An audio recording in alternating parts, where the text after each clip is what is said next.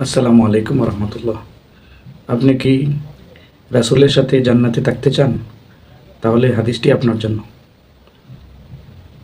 একজন সাহাবী হুজুরে পুরনূর সাল্লাল্লাহু আলাইহি ওয়াসাল্লামের কাছে এসে বললেন, হে প্রিয় নবী, আমি আপনার সাথে জান্নাতে থাকতে চাই।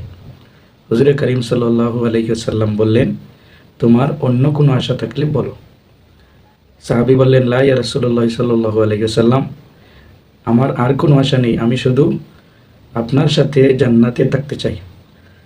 হুজুর আকরাম সাল্লাল্লাহু আলাইহি ওয়াসাল্লাম বললেন, ঠিক আছে, যদি তুমি তিনটি কাজ করতে পারো তাহলে আমার সাথে জান্নাতে থাকতে পারবা। প্রথম নম্বরটি হচ্ছে, তুমি তোমার অন্তর থেকে মানুষের প্রতি হিংসা বিদ্বেষ দূর করে নাও। দ্বিতীয়টি হচ্ছে, তুমি তোমার জিহ্বাকে মিথ্যা কথা বলা থেকে হেফাজত করো। তৃতীয়টি হচ্ছে, তুমি তোমার চক্ষুকে খেয়ানত হতে রক্ষা করো। যদি এই তিনটি কাজ তুমি করতে পারো তাহলে তুমি আমি রাসূলের সাথে জান্নাতে থাকতে পারবো। শুধু দর্শক, আমরা যেন এই হাদিসের প্রতি আমল করে রাসূল করিম সাল্লাল্লাহু আলাইহি ওয়াসাল্লামের সাথে জান্নাতে থাকতে পারি। আল্লাহ যেন আমাদেরকে সুযোগটি দান করেন। আমিন।